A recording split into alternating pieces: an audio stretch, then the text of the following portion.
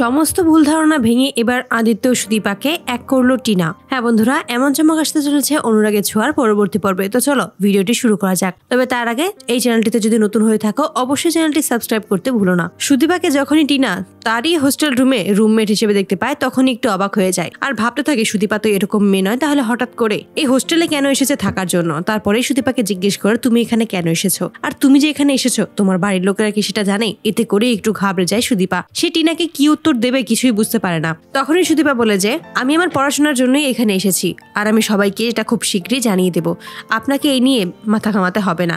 এতে করেই টিনা খুব ভালোভাবে বুঝতে পারে তার মানে আদিত্যর সাথেই কোনো ঝামেলা হয়েছে সুদীপার। তার জন্য সুদীপা রাগ করে অভিমান করে এখানে চলে এসেছে। অপরদিকে দেখা যায় আদিত্য রিতমের কাছে ছুটে আসে সুদীপার খোঁজ নিতে, কিন্তু কোনোভাবেই রিতম সুদীপার খোঁজ দিতে চায় না। অবশেষে এক প্রকার বাধ্য হয় আদিত্যকে সমস্ত সত্যিটা জানিয়ে দিতে যে রিতম নিজেই এবার সুদীপাকে হোস্টেলে নিয়ে গেছে এবং সেখানেই থেকে সুদীপা পড়াশোনা করবে। সুদীপা ওই বাড়িতে ফিরে যেতে চায় না। এতে করেই ক্ষিপ্ত হয়ে যায় আর বলেছে আমাদের হাজবেন্ড ওয়াইফের ব্যাপারে আপনাকে কোনো কথা বলতে হবে না। সুদীপা কোনটা ভালো কোনটা খারাপ সেটা এবার আমি বুঝে নেব। তারপরে সেই ঠিকানা অনুযায়ী চলে যায় সেই হোস্টেলের সামনে। অপরদিকে রিতম সেই ম্যানেজারকে ফোন করে জানিয়ে দেয় যে আদিত্য নামে কেউ যদি সুদীপার সাথে দেখা করতে যায় তাহলে যেন তাকে কোনোভাবেই সুদীপার সাথে দেখা করতে না দেওয়া হয়। এতে করেই ম্যানেজারও রাজি হয়ে যায়। তারপরে যখন সুদীপার কাছে আদিত্য দেখা করতে আসে ওই ম্যানেজার তখন আদিত্যকে আটকে দেয় আর বলে যে কোনোভাবেই এখন সুদীপার সাথে দেখা করা যাবে না। এতে করেই আদিত্য বারবার রিকোয়েস্ট করতে থাকে যেন একটাবার যেন সুদীপার সাথে সে দেখা করতে দেয়, একটাবার কথা বলার সুযোগ করে দেয়। কিন্তু ম্যানেজার কোনোভাবেই সেই সুযোগ আদিত্যকে দিতে রাজি হয় না।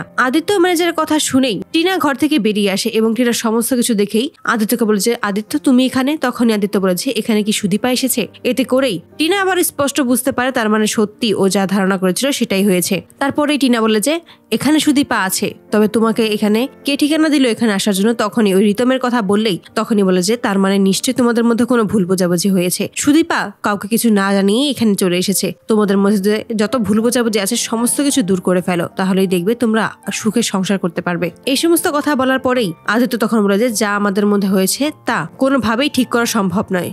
তখনই টিনা বলে যে আমি জানি না তোমাদের মাঝে কোন ভুল বুঝাবুঝি হয়েছে, তবে এটা মনে রেখো তোমার আর সুদীপার সম্পর্ক ভাঙার জন্য অনেকেই কিন্তু রয়েছে। তার জন্য খুব সাবধান, সততা যাচাই করে তারপরে তুমি সুদীপার সাথে কথা বলো, তা না হলে কিন্তু তোমাদের সম্পর্কটা টিকবে না। এভাবেই যখন টিনা আদিত্যকে বোঝাতে থাকে এক পর্যায়ে সমস্ত ভুল ধারণা ভেঙে যায় এবং আদিত্যকে নিজের ঘরে নিয়ে আসে এবং সেখানেই সুদীপার সাথে দেখা করায় এবং সমস্তটাই দুজনকেই বুঝিয়ে বলে। এতে করে দুজনেরই অভিমান ভেঙে যায়। রিপিট। তারপরে আদিত্য সুদীপা দুজনকে জড়িয়ে ধরে। তো বন্ধুরা তোমরা এটাই তো চাও জন্য এবার এভাবেই সমস্ত ভুল ধারণা ভেঙে এবার আদিত্য সুদীপাকে যেন আবারও এক করে টিনা। তোমাদের মতামত অবশ্যই জানাতে ভুলো না। ভিডিওটি ভালো লাগলে অবশ্যই চ্যানেলটি সাবস্ক্রাইব করে আমাদের পাশেই থেকো। ধন্যবাদ।